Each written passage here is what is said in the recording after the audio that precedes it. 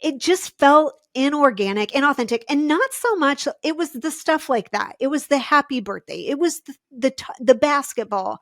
It was I felt like the going back and forth between the former lovers felt very natural and normal, and they're saving face and like trying to spin the narrative. All that felt great. It was like the skits. It was like the peppered in like skits and the segues and the commentary. Yeah. That's what was giving the cheese and the cringe that I just found hard to watch.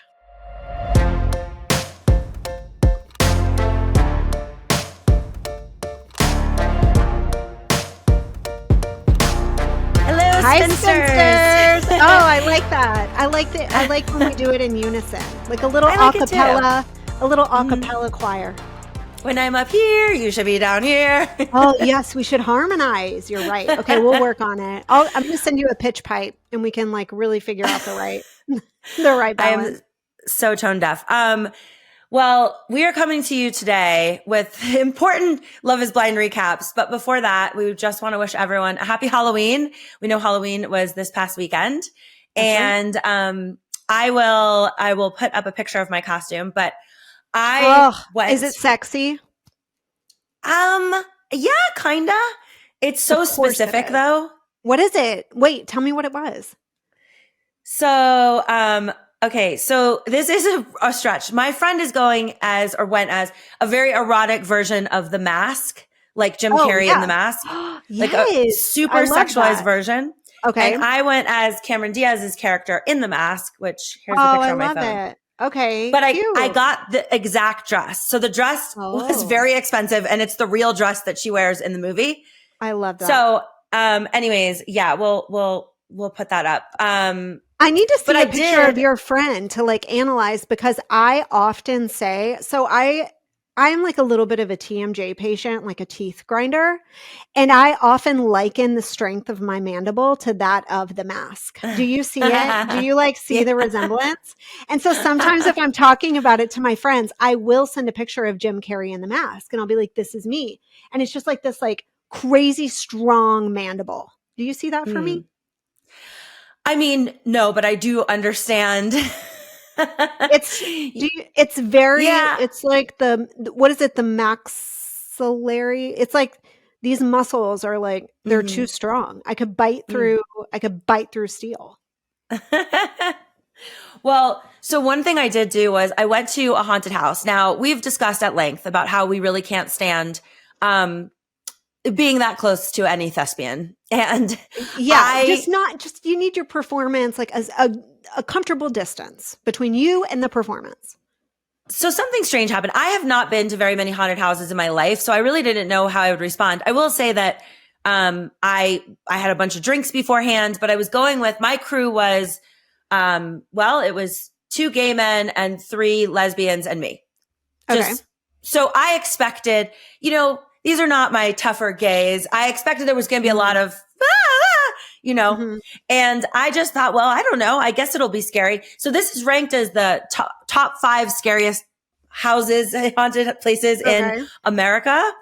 And first of all, it's called the 13th floor. There are only 2 floors, so I don't know where that name came from.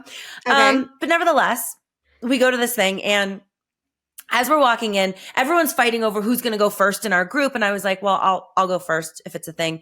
And I am just the calmest I have ever been. Like, it might as well have been the middle of an Enya concert. Like, they would pop out, and then I would go, oh, your makeup looks really good. Yeah, that's what I was thinking that I would do. So this makes perfect sense. Like, I feel like I would be subconsciously like, thinking in my mind, like, I wonder what he does like during the day. Yeah.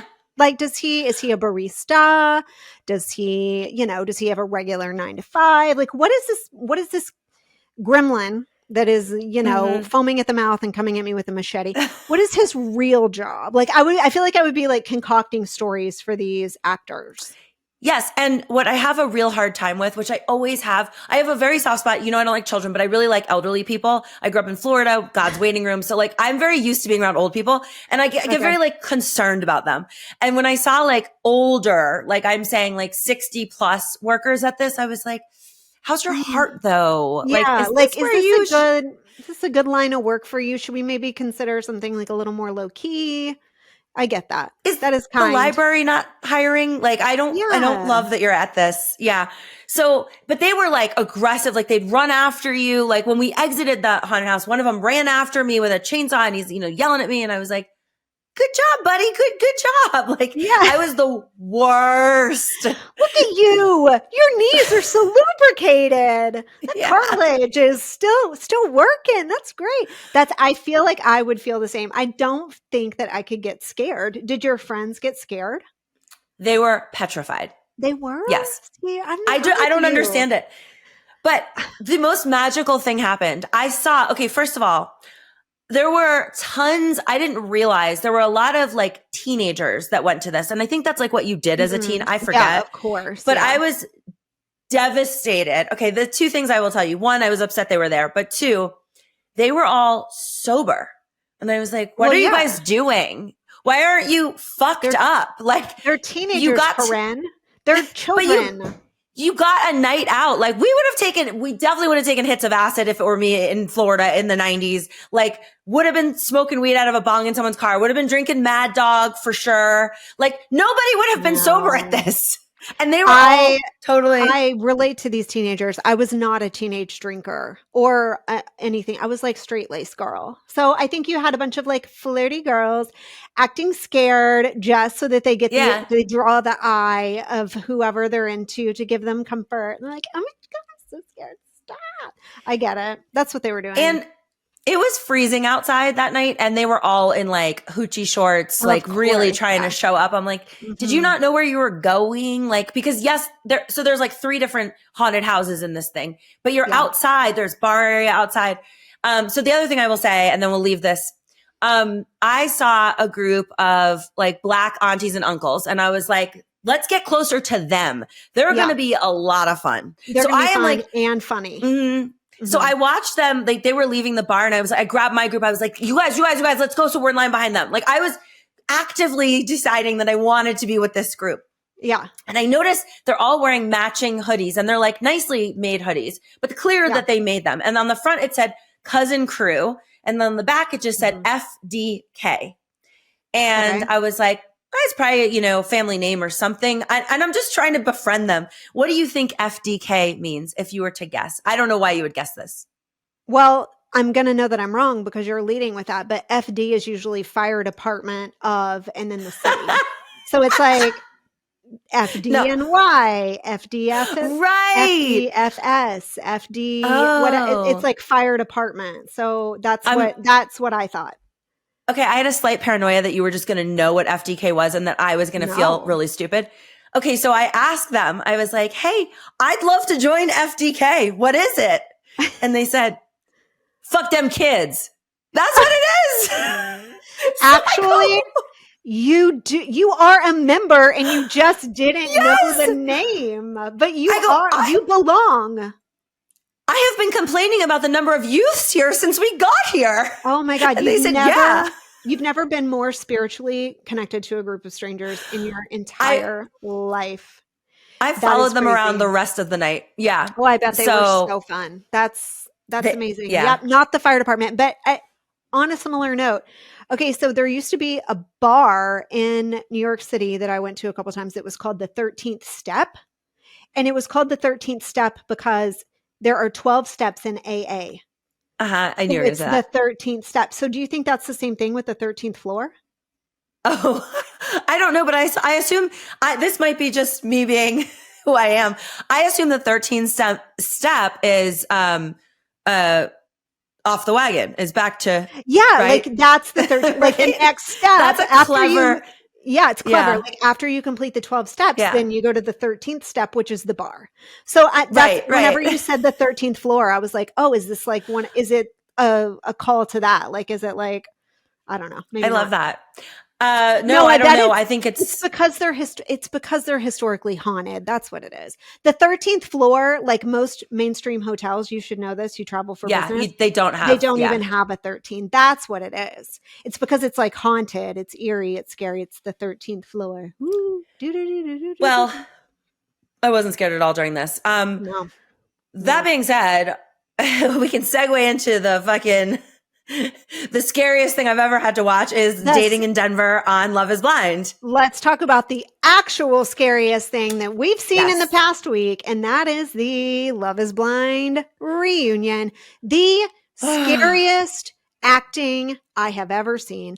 And no, I don't watch a lot of scripted sitcoms for this exact reason, because the one thing that will terrify me is bad acting. And that is a lot of what I saw last night. Shivering, bone chilling as the Lacheys had to feign any amount of care, concern, worry, interest level in these daters in the dating pool of Denver. And while they were doing their best and trying to give it a noble effort, it was bone chilling. I was terrified. So I would like to start with, I do not remember. I used to watch the very first season we all did during COVID. I don't remember what the reunion looked like, but I'm assuming, because there was a lot of shit I would have edited out of this reunion. Let's talk the basketball game, the happy birthday. Oh my God, the basketball game. We'll get to that in a second. I'm assuming that they had so little content to work with because no one fucking got married that they were forced to like pivot in all these directions, because why? I mean, when they brought out a cake and sang this man happy birthday, I was like, Corinne. And here's what I was thinking. I was immediately, while I was watching this and while I was feeling all the embarrassment and the cringe, and I thought, my name has been put out there by Corinne, by the way, knife to the back, that she called me a super fan of this program. And then I'm watching the program take place before my eyes, and it is so bad, so painfully terrible that I'm like, and she put my name out there as a super fan. I have work to do now. Like, I'm going to have to like backtrack from this being associated with me in any way, because the show itself was great. Like, I enjoyed the episodes. It was a lot of drama. It was fun to watch. This reunion was terrible. Like, it was bad. It was so like cheesy, and like, it just felt inorganic, inauthentic, and not so much. It was the stuff like that. It was the happy birthday. It was the basketball. It was I felt like the going back and forth between the former lovers felt very natural and normal, and they're saving face and like trying to spin the narrative. All that felt great. It was like the skits. It was like the peppered in like skits and the segues and the commentary. Yeah. That's what was giving the cheese and the cringe that I just found hard to watch. I don't use this expression, but I've heard it said many times. Well, first of all, there's thank you to the people that keep making my old tribal speech go viral, but there's some guy that's doing like a viral thing with my speech. He's like British, and he's like, can you believe what happened in 2008? How crazy they were. I'm doing a great impression. Yeah. And then people commented this word, and I still don't really understand what it means, but I'm going to use it in this because I think this is where it belongs. So people were like, yeah, it was so camp back then. And then I've heard people describe Traitors as camp. And I think Love is Blind, like the rhyming and the shit that Vanessa does I think it's all supposed to be camp. Am I using that term properly? And do you agree that it's camp? Okay. I do not believe that it's camp, but let me explain to you my history with the term camp. I didn't know of this term either until it was the theme of the Met Gala a few years back. And I even remember when they were like, oh, the theme of the Met Gala is camp. And I was like, I'm sorry, what do you mean? Like, they're going to all show up like couture Boy Scouts? Like, what? Beverly Hills? Yeah. Like, I did not understand what this was supposed to be. Like, camp. Like, I don't get it. And that was when I started to realize, or that's when I learned, I guess, that camp is like heavily leaning into something to where it becomes so over the top that it's unserious. And so like the perfect example is Traitors, because they take this like Scottish murder mystery theme, and with the outfits that Alan wears, with the wardrobe that the contestants pull up in, with the types, how they structure the challenges around that theme, it leans in so much that it's camp. Camp is like when you lean in so hard that you're going above and beyond to the point where it's almost silly. Like, it becomes almost silly because it's so much so that I don't know what the camp behind Love is Blind would be. Well, they're rhyming shit. I mean, let's start with the basketball thing, because that was obviously the most aggressively stupid thing that they've ever done. Ever. I just want to understand. Okay, first of all, the ring exchange thing. Sorry. I know I'm very excited about this, but I'm a person, I'm assuming, does Big Brother have live finales? Yes, Big Brother does have live finales. So we've been to live finales are very interesting as a person that's been on the show, because you have no control over your edit. You can say a lot of shit. You can say crazy shit. You could say, but it gets edited out. Maybe. Right. Well, when you're on a live finale, you know what you say is going to air, and that is critical. So like, what you're gonna do. There's no like, surprises. Like, so for me on my first season, I knew I was going to get booed at the live finale. Probst told me that. And I was like, okay, well then I guess turn up my microphone. Like, this feels like a you problem. And then he's like, you need to think about what you're going to do. And I was like, what do you mean? What am I going to do? And so he asks me, he's like, we're going to give you a chance to apologize. Kind of like what Patrick was doing with Kacie. Okay. And in my case, I was like, I'm not sorry. Like, you were prepped by the producers, like fully ahead, etc. They just said, they were like, we have a montage of all of the terrible things you said. We're going to play that, and we're going to give you a chance to redeem yourself. I go, redeem myself from what? So when I was watching this interaction, I was like, stop trying to act like, I'm going to be the bigger person. Like, no, I really don't mind, but like, I would like the ring back, but shut the fuck up. Just say what you mean. This is your chance. It's not edited. If you really felt like you deserve that ring because you're the woman or whatever, or it shouldn't go back to Patrick. By the way, the ring, so these are all lab grown diamonds. The ring, while they are saying they're between $3,500 and $5,000, they're really worth like $400. We're not talking about enough money that matters. So if you wanted to, I don't know. They're like, they're all lab grown. They're not even $5,000. No. They're lab grown. So they're on the market. If you were to resell it, it's got no resale value. Okay. So that's what I understand to be the case. So, because I was wondering during that exchange, did he, because you know how Anton was saying like, oh, I went over and above the spend. That's why I was complaining about it. Did Patrick go over and above the spend, or did he just take like the stock? No. The stock issue. Yeah. And also, I think it's aggressive of him to have asked for the ring back. And also, when are we all going to learn that Kacie is the hoe on the show? And it's fine. Yeah. I like her. I would hang out with her. But like, and I hate, you know this about me. Everyone that listens knows this. I'm not a girl's girl. Actually, I date married men from time to time. Like, I could give a shit about anybody that's not my friend that I don't know. I do not keep your man on a tighter fucking leash then. So to me, all these girls teaming up, like Kacie's the villain. And I'm like, I mean, she's getting all your men. You could see the clear division of sides. Like, you could see like this group versus this group type of thing with Sparkle Megan, like not participating in either side. Frankly, she's friends with Kacie because I follow them on Instagram, and she's flitting around with Kacie all the time. So, she needs to be careful then, because Kacie, to your point, she is dating every single one of these dudes.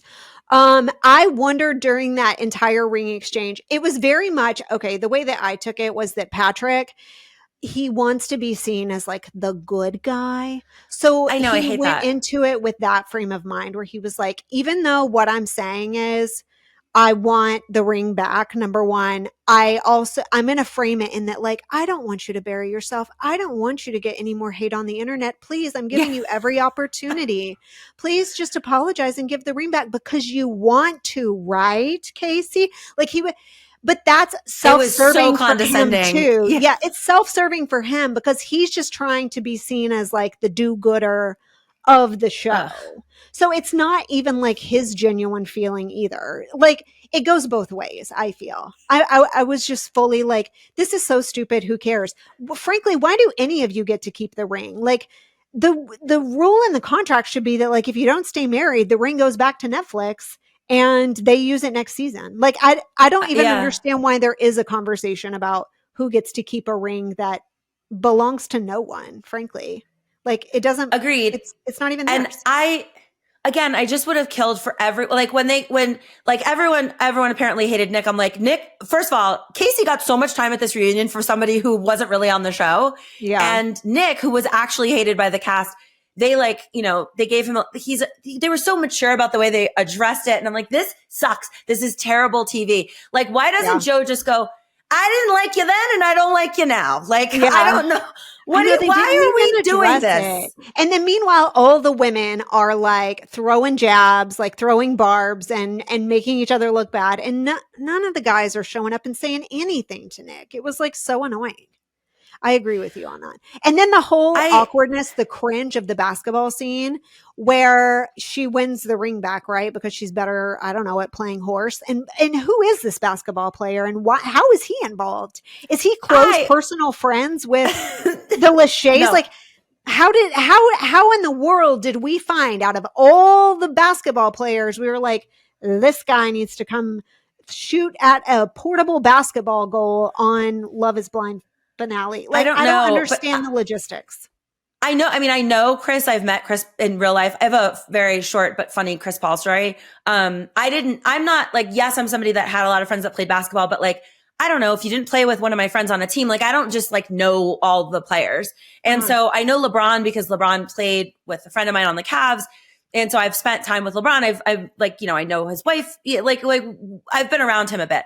And so I was at a party, and Chris was with him and he just showed up with Chris, but Chris is little. Like Chris is like, Brock, maybe you would know. Chris has to be like, I don't know, 6'1", maybe littler. He's little, guys. Like, okay, that's not little. I'm telling Brock, what is he? Okay. So he's tiny. Okay. So for me, hold on, please pause. He is not tiny. He is tiny for the NBA. Yes, that's very small. So he is a foot taller than Sabrina Carpenter, Corinne. A whole foot. 12 whole inches. So when I met him at this party. It was like, this particular party was on, I don't know, let's say it was a Saturday. Okay. I go to, it's a barbecue at a friend's house in Malibu. Ron is there and he brings Chris, and I just go like, oh, is this your friend? And he goes, it's my driver. And I go, oh, okay.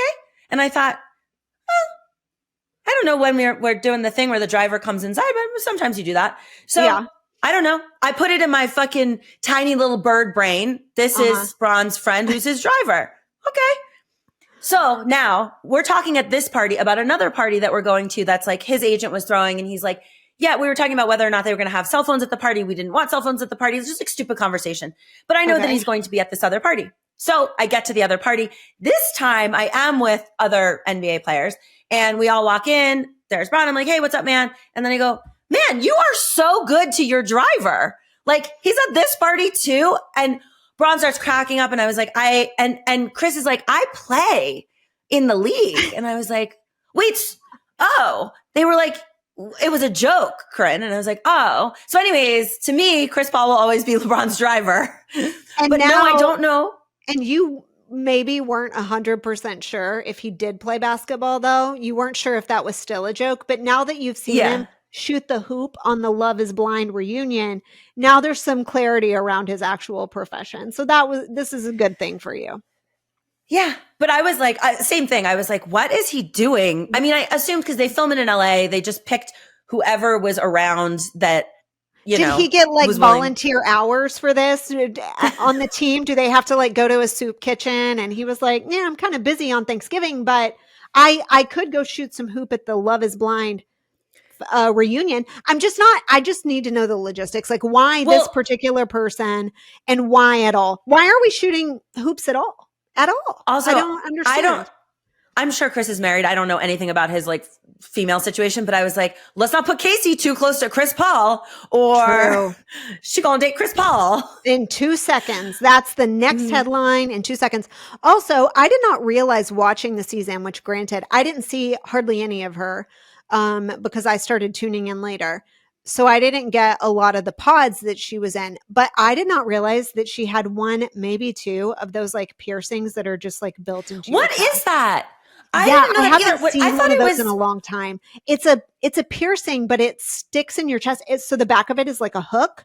And so it like hooks into this hole. Why would you do that? There was one girl that I knew that had one. She was on one of my Big Brother seasons. She was straight Jersey, like Yeah, of Jersey, course. Jersey, Jersey, Jersey. And she actually tried to barter cigarettes for votes on a later episode. Like she tried to like trade cigs for votes.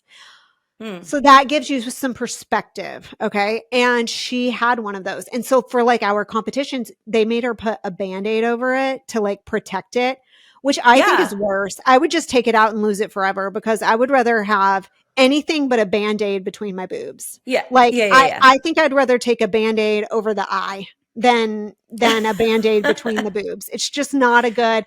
I don't like a rogue Band-Aid. Band-Aids should only exist on elbows and knees, like places that should obviously be susceptible to damage. I don't like a face Band-Aid, and I really repel the idea of a breast Band-Aid. But anyway.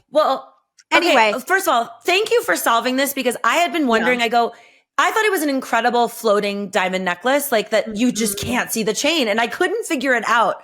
And I just piercing. And people have that you is can so do it trashy. almost anywhere. Like some people do it on their hands. Have you never seen one on someone's hand?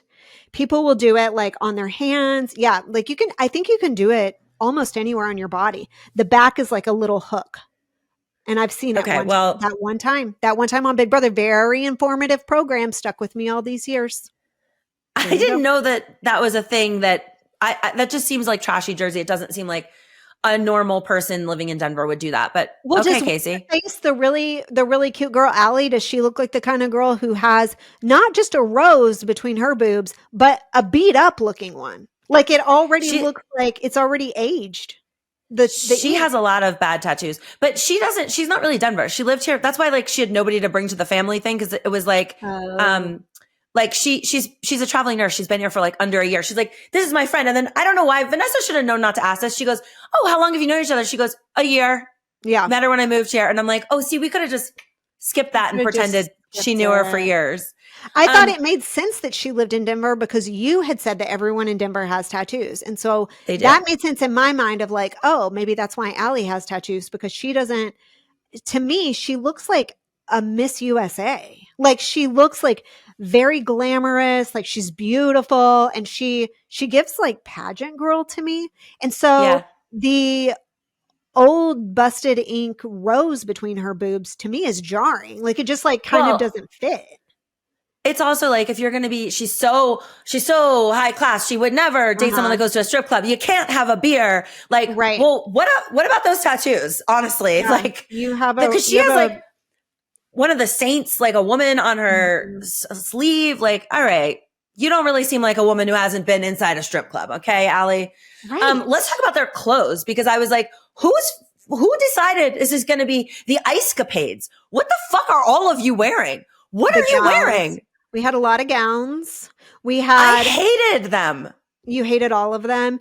Well, one I hated the most, and she was the least famous. Kate, the one that shouldn't have been there anyway, that like apparently dated somebody that she's friends with, both Kacie and Avery, Joe's two or whatever. You're talking about Periwinkle Purple. Is that who you're talking about? It's so bad. It's so unflattering. It's giving Quinceañera vibes. It was. It was very Quinceañera. It was very like poofy prom. Yeah. Like in like a yes, I totally understand what you're saying. It was giving like a young like Giovanni prom catalog 2002. Yeah. And something that you guys should be aware of that like we were like when we had our live finale, there's plenty of things I would have liked to have worn. However, I'm going to be sitting and I know that I can't wear something short because I'll have to keep crossing and uncrossing my legs. Yeah. You always have to factor the sit. Always. Because I'm sitting, I don't want midriff because when you sit, it don't look good. And I'm over. Yeah. I'm like all these bitches. I mean, Scissors. Why can't I think of her? Annie. She's wearing the whole midriff is exposed. Kate, the midriff exposed. Madison, midriff exposed. I'm like, ladies. I even whenever I was dressing for the Traders reunion and I had a dress made for that and I like would sit in it every single fitting. Like it was designed to be sat in and for the slit to be appropriate for sitting. Because if you do too high of a slit when you're standing, when you sit down, there's your vagina. So it was Yeah. like, okay, we got to make sure that this slit is going to be you must factor in the sit. It's very important. And no one, I don't think anyone factored in the slit into their, No. or It was like I'm they sorry, all- just the dress in general. They all had like no idea what a reunion entails. Like it was so bizarre to me. And then like maybe tell Patrick he's going to have to play basketball. So he's not wearing that tight ass medium shirt. Like, you know, and like that reminds me of the beginning where cause when I first started it, like, by the way, I go into it with no expectation other than I'm going to be very amused and it's going to be fantastic. And then the very first thing I see is some random musician. Now, don't come at me if you're this man's biggest fan, okay? Because I exist in the world of the pop, whatever the hot 20 is, that's the world I live in. So if this man has some underground following and you're going to come at me and be like, are you kidding me? We love him. Don't bother. I listen to like whoever the top 3 are. Okay. That's it. So I had no idea who this person is. And so when I'm getting concert footage from some rando, I'm immediately thrown off. Like, what? Yes. Hold on. I thought I was tuning into the Love is Blind reunion. And I'm apparently, I don't remember his name, but it was something like Chris Angel. What was it? It was, I'm going to guess. I think it was Miles Smith or something. I also had no idea. Where did I get Chris Angel? That doesn't make any sense at all. I think his name was Miles because I was like, I don't know who this is. And also why we're wasting. I want to hear from the contestants. I'll even hear from, I would rather hear from, you know, the ones that like. You're right. It was Miles Smith. Where did I get Chris Angel? I don't know. He could have performed at this too. It was such a fucking. Not the magician. I know. We could have had him come out and do a whole segment. Or are you going to get that ring back? Can you get it out of my locked box in 20 seconds? Let's find out. But so when they had the guy doing the music, every single person got to make like a glamorous entrance, right? And that was like the first time that you're seeing all the dresses. And it was just a little like kind of all over the place. Like kind of just a little bit of everything, a little scattered, a little discombobulated. But like, who told you that it was floor length black tie? Like, why? Okay. Also, wait, I want to correct something because I don't understand how this happened. They did rent out Broncos fucking stadium to do the reunion. It was? And I chat GPT'd it. I was Googling, couldn't find anything. Then I see the whole cast. I wouldn't have gone because it's cold and like, it's a stadium. They can't have filled the stadium.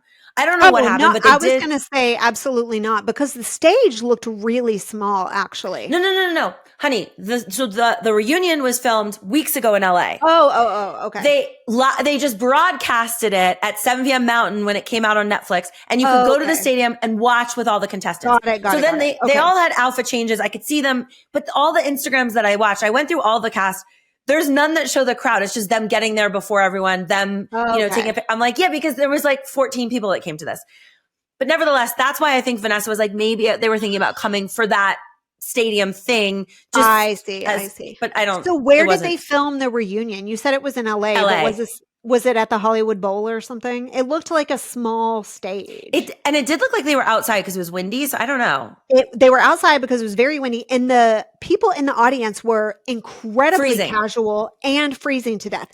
I mean, they were like beanies, blankets, like they were super cold. And then all of the, contestants on stage are sitting there in midriff glamour gowns. And it was like a huge juxtaposition.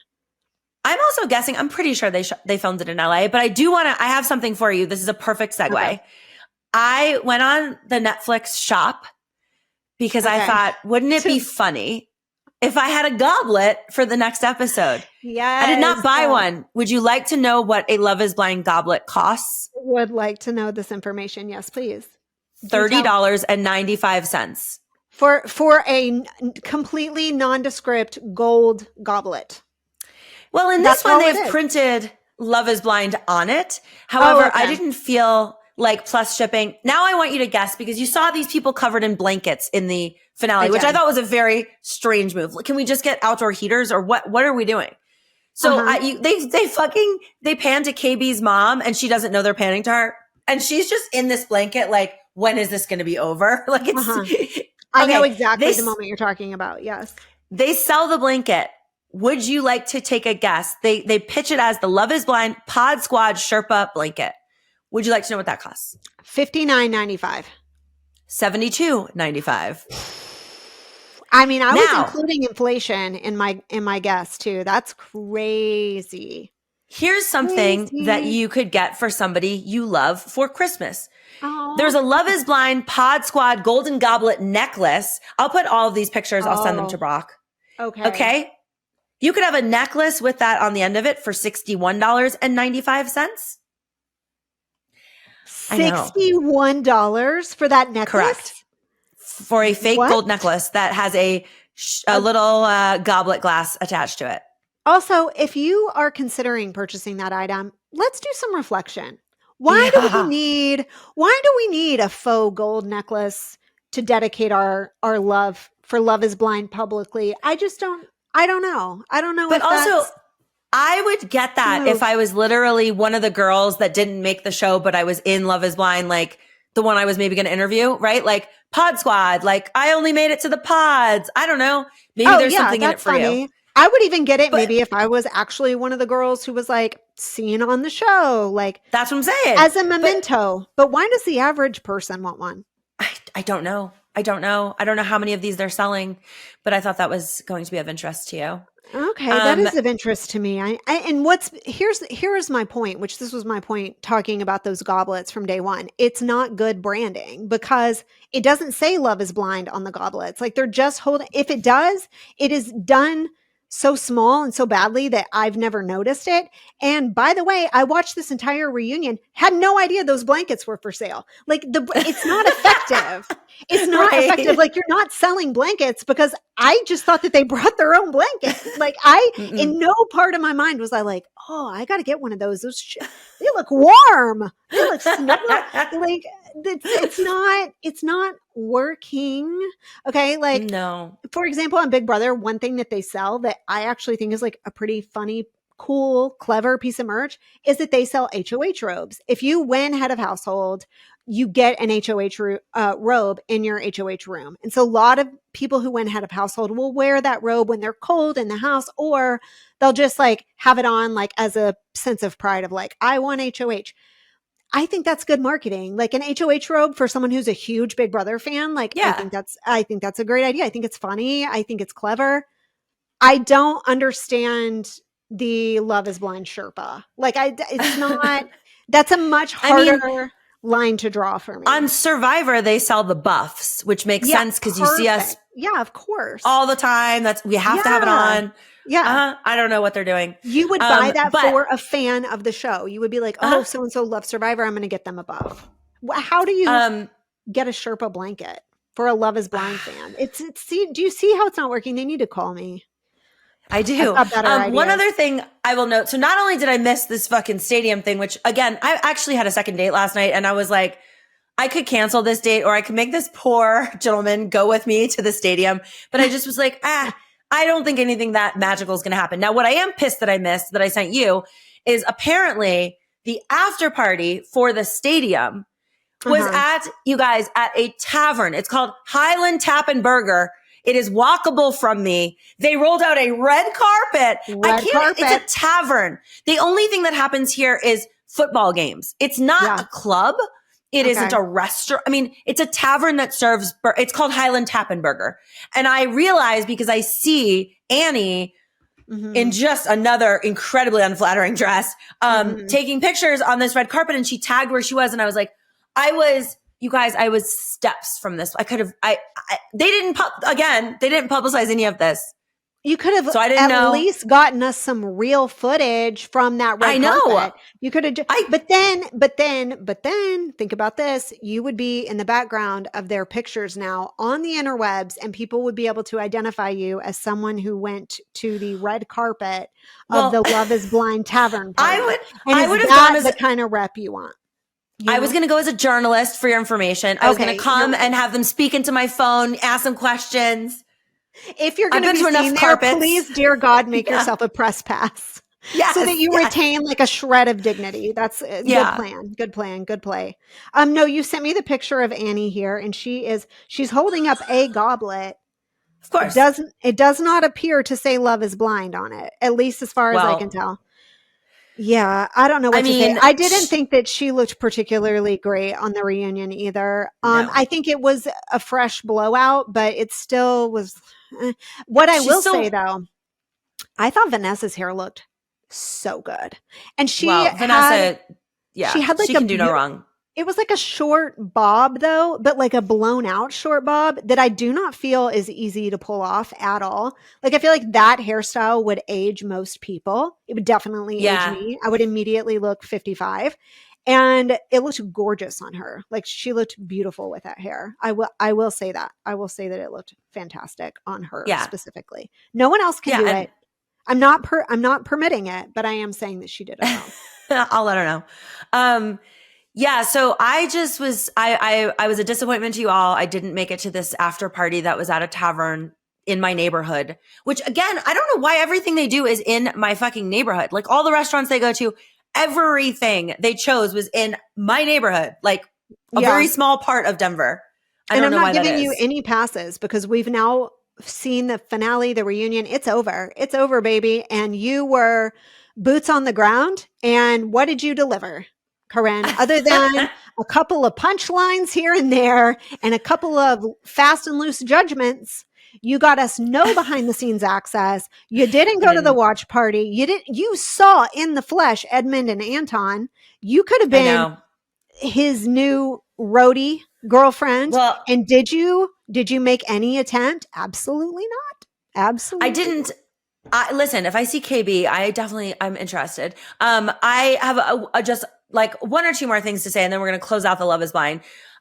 First of all, Meg and the baby thing. I was like, the way that the girls were like, oh, I thought you looked thicker. I was like, what the fuck did you just say? I know. Oh my God. What did you just? You can't say that. If we can't body shame Madison, you can't say that about Meg. And she's tiny. Exactly. Corinne, I was dying. So they opened with that, right? Like they're like, oh my God, yeah, girl, you're looking thicker. If you were to just press fast forward and hit the button and it was perfectly timed, it would go immediately into Madison saying like, how dare you speak on my body? Yeah. How dare you in this day and age that you speak on a woman's body? And I'm like, rewind 45 minutes where we were now calling. She's 2 months postpartum. Like, and she looked fucking awesome. Like, I was like, I know that was so crazy work. That was crazy work. And like, to your point, like she looked great. But good on her because I believe because I don't believe in the authenticity of paparazzi basically anymore in 2025. I just don't buy it. I don't either. And nobody knew who she was. Yeah. No one knew who she was. And so as you may or may not know, prior to the reunion, she was photographed with this baby, with this child. Yes. And she was also photographed involved in a fender bender separately and in another parking lot. Okay.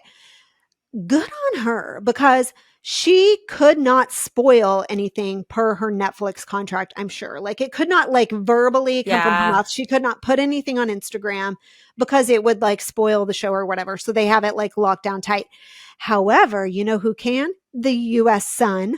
The U.S. Sun can absolutely photograph her in a parking lot and give her the plausible deniability of being like, maybe they're not checking the bank account to see if the wire transfer went through. Also, Britt, if I was privy to this information, because we all saw it on TMZ and everywhere else, you don't think the rest of the cast who's all like, what? Yeah, I know. Like you're so right. You all saw it as well. Okay. The acting has to stop. It was the acting. It hit again. Like they didn't see the parking lot. The parking lot photos didn't appear on their timelines. Like, let's get serious. Yeah.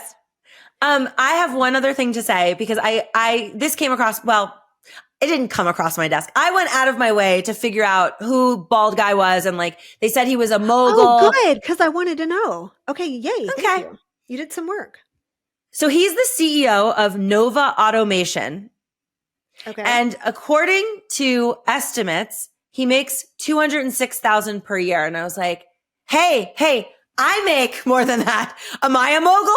What are we doing, guys? Okay, I really did. Is not big money. I think you were going to say 206 mil. That is where I thought you were going. Yeah. No. It's just not that much money. I mean, sorry. it's not a lot of money, but is it mogul? I think the operative word here is mogul. You know what I mean? They were throwing around. He bought her a multi-million-dollar house. That bitch makes $800K a year. If he's only making 206, let's say that's not his on-target earnings. Let's give him 500. Let's say there's a bonus component, equity, even 500. She makes 800. So why is everyone calling her the gold digger? Like, so basically, if somebody's going to have to stay home with little Timmy, it's mogul. Yeah.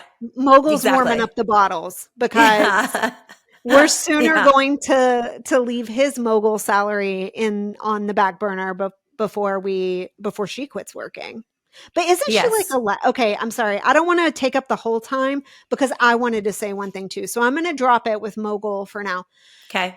Very important. This is Joe, whose hair is maybe thinning in the back. Did you notice that? In the back? It might have just been like a shine of the light. I just multiple times thought I saw scalp. Did you see scalp? No? Okay, maybe not. You know, to be fair, I was watching it on the elliptical, so it was on my phone, which is really tiny. So I don't, maybe sometimes you can be in like the early stages and it's just like right at the crown of the head. Yeah. And you still have hair. It's just that if you get like a bird's eye view, like you can see it, there's just a little sheen to the scalp. And I thought that we were maybe getting a little bit of that. So, but I could be wrong. My question is, how do you feel? Because I'm passionate. How do you feel about boots with a suit? Like cowboy boots? Yes. I feel okay. I don't. Are you a cowboy? He was wearing, I can't believe you didn't notice. He was front row and he was wearing like a camel colored cowboy boot. And when you sit down in a suit, your suit comes up like quite a bit. So the hem of the suit was mid calf and you just underneath had this bulky camel colored boot underneath.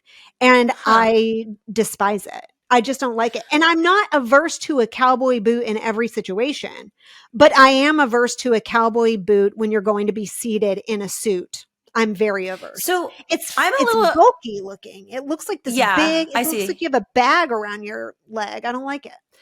I kind of feel like if you're wearing cowboy boots with a dress pants, then I would also need a cowboy hat, or else what are you really doing? Like, I think he did get a mustache, so he committed a little more than just the boot. He also added the stash. No bolo tie and no hat, but we did bring in the stash. I just personally would have preferred a dress shoe, like a nice dress shoe. Yeah. I'm willing to see a little bit of foot. I'm willing to a low sock is acceptable. I don't like it. It's clear there was no stylist and all the girls, their entire style was just get your titties out. Tits the fuck out. Every single girl except Sparkle Meg. The one who needed to feed her child with said tit. Everybody else was ready to breastfeed like that. Like we could have been breastfeeding left and right. But Sparkle Meg, who actually has a child to feed, couldn't have got that thing out without a full unzip. She would have had to fully disrobe. What irony. Yeah, you're right. It was boob city for sure. Especially so much Allie. Her boobs were way out. Okay. Can we just really quickly, I have to say, I don't know if you've started watching the new season of Married at First Sight yet. Have you started it? No. Okay. Is that on my list? I can. Oh no, I don't watch Married at First Sight. My friend is the executive producer, Munchai. I will, you want me to watch it? I love it, but here's what I was going to say. If you've watched Married at First Sight in the past, it was previously on Lifetime and spent like 18 years on Lifetime. And there were a lot of things about it that I didn't love, but I just like pushed through because I enjoyed the concept of the program. But there was way too much like retelling, previously seen on, coming up on. There were a lot of things that I felt like I had to fast forward through. Fast forwarding was like half of my season. This is the first season that they have been moved to Peacock. And it feels higher end. It feels like the editing is better. It feels like they're more judicious with the retells and the rehashing. And I think it's going to be like the same like gritty, good drama, but in a better format. And I think it's going to be better than any other season of Love is Blind has been in the past. So high praise for me. I do suggest. And with their casting choices, they are running quite the spectrum of ages. And we have our first like old couple on the show. And they're like, I think they're both early 60s, but she may be late 50s. And they start boning like immediately. You know how all the young couples like go into that honeymoon when they don't know each other and they're like, I don't know, I'm going to wait till I have a connection. Not these oldies. They were like, let's get it on. They were like, we don't know how many days we have left. And so we're not missing one opportunity. Oldies started boning immediately. Very entertaining. And there's also a mother-daughter duo that both got married at first sight. But they're on the same season. The mom got married. So she got a husband and a stepdad. I'm not signing up for Peacock. You lost me at Peacock, but I'm not getting a new Peacock. No, I'm not getting a new streaming service. The Traitors comes on in January. Like, how are you going to watch The Traitors? You have to. I wasn't planning on watching it. Are they casting me? I'll watch it. You don't watch The Traitors? I was on this show. The number one unscripted show on reality television today. The Emmy winning. That's what I was going to say. Thank you. You have to watch The Traitors anyway, so suck it up and pay the $10 or whatever. Why do you keep calling it The Traitors? Isn't it just Traitors? No, it's you keep saying you have to watch The Traitors. Go to the Walmart and watch The Traitors. I don't know. Is it just Traitors? It's not The Traitors? I was on it. I should probably know that. Yeah, why don't you know this? Let's get an email in before I have to jump. You guys can email us at where'smyspinoff@gmail.com. Don't be sorry. I like hearing about Married at First Sight. It is The Traitors. Thank you so much. It is The Traitors. It is not the Walmart, but it is The Traitors. Okay. Let's get into some emails. Okay. Christmas cards. This is the subject line. I just like it. So I'm going to read it this time. Okay. Christmas cards and festive feet, ? Anonymous, please. We, by the way, have really put ourselves into a fun niche. Like, I'm enjoying it. Okay. Hello, Britney and Corinne. Halloween is upon us or over. And later this week, we will be entering the 2-month holiday season. We'll pretend to care about pilgrims and turkeys for a week, but it's all about Christmas, Hanukkah, Kwanzaa, nothing, shout out atheists, gifts, and tolerating our extended families twice in a relatively short period of time. Corinne is famous for her legendary Christmas cards. True. Yes. True story. So I was wondering if you might be collaborating on a card that is exclusively for listeners of the podcast. Obviously, I would love one that's foot focused. Would truly make this the most magical time of the year, but anything would be fun. Thanks, Anonymous. Corinne, I think this is dare we miss this opportunity? I think this is a good idea. Like, you can have one of your legendary Christmas cards, but do we also separately need a Where's My Spinoff Christmas card? Because it sounds like a great opportunity. I know. I'm like, well, but it sounds like an opportunity for you to get your little piggies out, whereas I don't feel like my feet are worth it. First of all, my feet would bring the magic to the season, but I'm not giving them away for free on a Christmas card. I am keeping these things locked right up. It would be funny. We could do feet, but pixelated. Like, we know that that's like the draw. You know what I mean? We could do pixelated feet. I don't know. I feel like we workshop it from here, but regardless, are you doing a Christmas card? Have you already made plans? So every year I'm like, this is it. I'm not doing it again. And I'm really kind of at that point. I don't want to do it. It's not the card. Yes, taking the picture is annoying, but it's the annoyance of like, everyone moves and they don't send you a notice that they've moved. And like the cards, like it adds up. Like it's probably like a $500 thing for me to do. And I get like 17 of them sent back and it's frustrating. And like at this point, I'm like, I think the novelty might have worn off. I might be done this year. I actually was really focused on my my last few Halloween costumes haven't been as good as they needed to be. So I was more focused on Halloween going into this season. And then I don't know about the card. Bah humbug. No, I'm with you. I do not do Christmas cards either for the same reason. It feels wasteful to me. It's a big expense. Like, you put all this effort and energy into it 99% of the time for almost nothing. And then also, as a receiver of Christmas cards, I kind of, I love to get a Christmas card and see a picture and I'm like, oh, that's a nice picture. But then like, that's it. It's kind of an expense for little payoff, if that Makes sense. I originally started doing it because I was like, I think that my card will be the best card of all the cards that anyone gets because I'm doing it with an alpaca that's dressed up. And so I love attention, and I love the idea that like, I'm probably going to make the fridge and it's probably going to stay up there for a minute. And so I just thought every year, let me remind people that I'm much cooler and I have an alpaca. And then I'm just like, I don't fucking care anymore. I don't, you can't, like, you have graduated to like not needing it. Congratulations. You're above it now. You don't even need to drag that show pony back out of his barn. Okay. Well, we'll think on it. Well, we could at least do like a digital Christmas card for we could for the pod peeps. What do they call it? The pod squad? For the pod squad. Okay. Next email. Okay.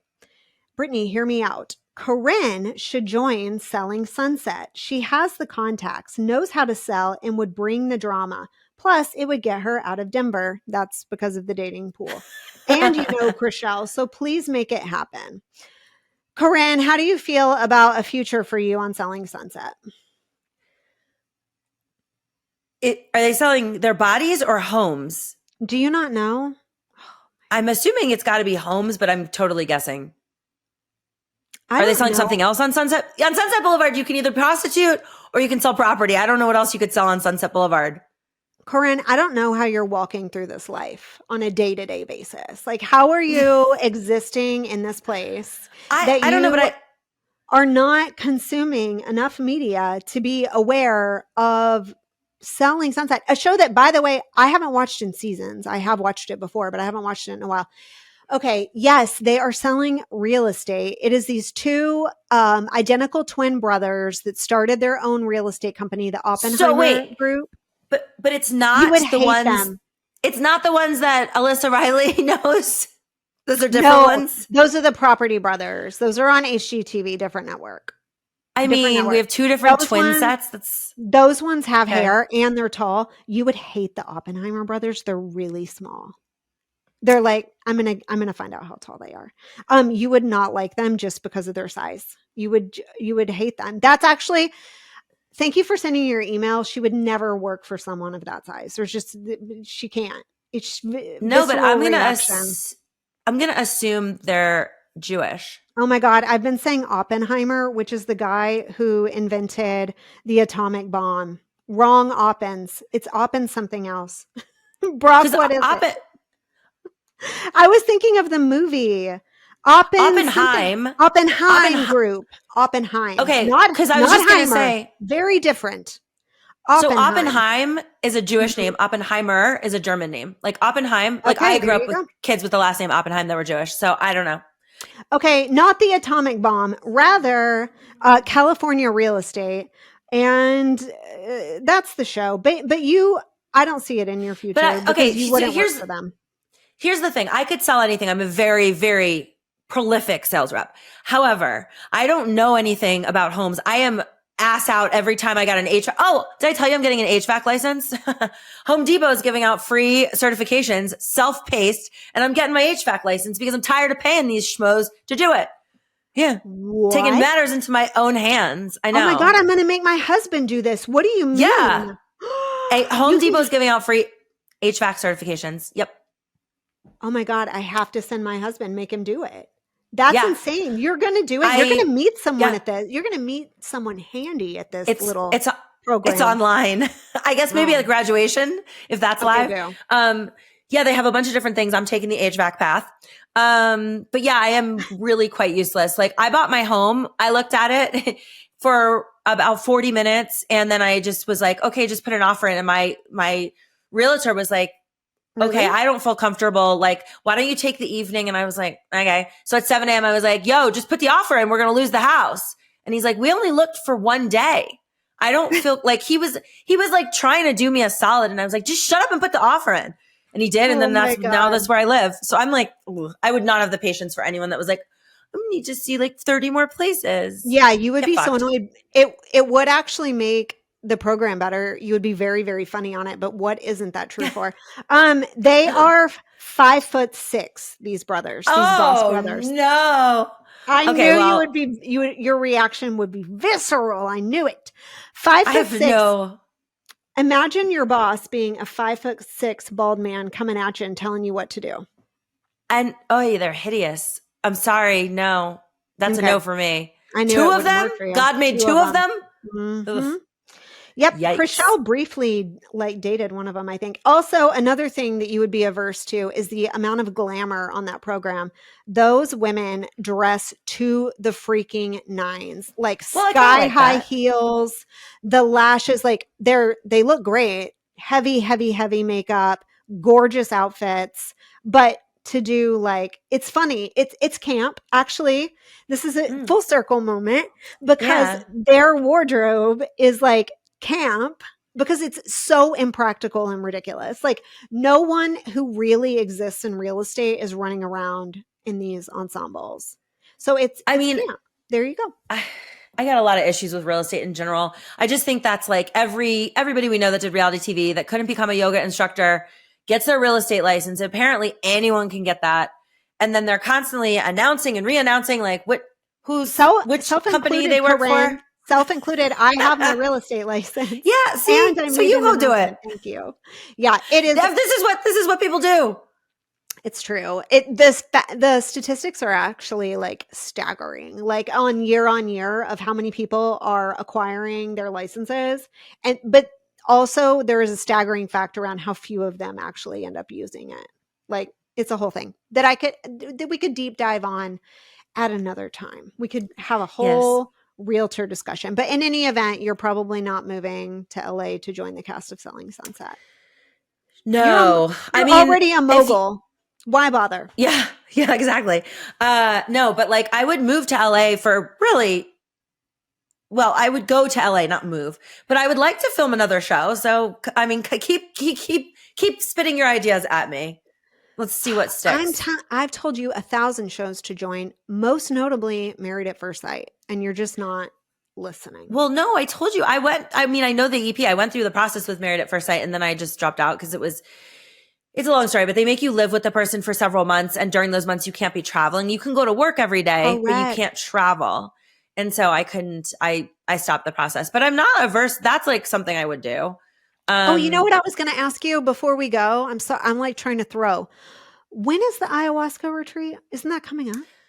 It is. And I just did a 2-hour call with everybody that's going to be there yesterday. It is. I know. I'm going to look, you guys are going to get all the firsthand information. There's a lot, but I don't want to say anything until we film because even one person has already dropped out and we've replaced that person. So it's not, we're all going. I am going for a smaller amount of time than the other folks just because I couldn't get that much time off work. So I'm going for 10 days, which is still a long time. I leave November 20th. You leave November. Okay. So you're leaving in 3 weeks. Who else is going? Notable people I would know. Well, I don't know if I'm allowed to say. Oh, is it secret? I think so.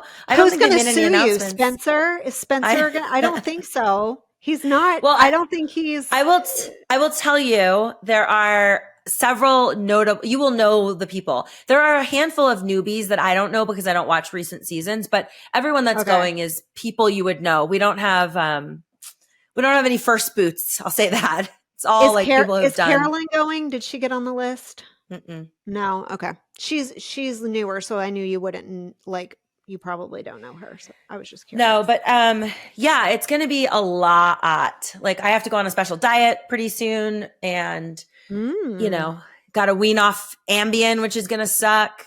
Yeah, I don't know that I'm really going to do that. You have to wean off. Why can't you just cleanse it out while you're there? Won't it come out in your sweat with everything else? You can, but it will cause the vomiting is far worse if you're eating shit and taking drugs before. So you can't drink. There's a whole dieta that you have to do. I don't always adhere to it. So I'm a little this, a little that, but the throwing up is far worse if you've got a bunch of shit in your body. And so the best case scenario on this, right? Because my understanding is they're going to be filming it and then they're hoping that they'll pitch that to a production company to buy rights to it and air it. Yeah. I look, I don't have any, I want people to learn about ayahuasca. That's why I'm doing it. I don't care about the survivor component. I said that on the call.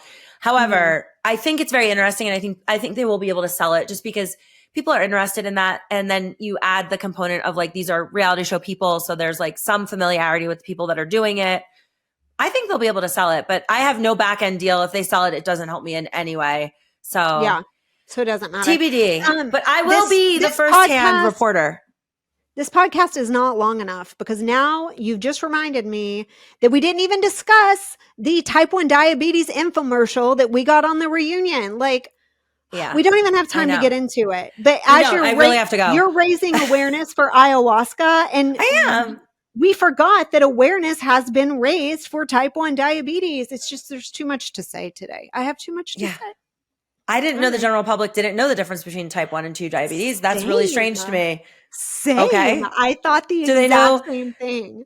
The difference between the flu and COVID? Like, I feel like there's just like things that you Corinne, just know. I thought the exact same thing. Like, who are we if we think that that a child, okay, this kid is like 2, has he just was eating like shit, developed type 2 diabetes. Like, anyway, unbelievable. Anyway. All right. Well, sadly, I have to go. This has been a good one. I love recapping Love is Blind, and I'm sad that it's over.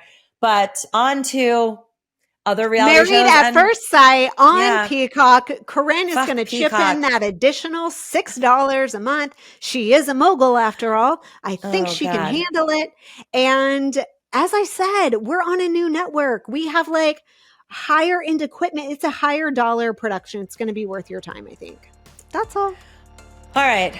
I got to go. Good talking to you, Britt. We'll see you guys next week. Love you. Bye. Okay. Love you. Bye.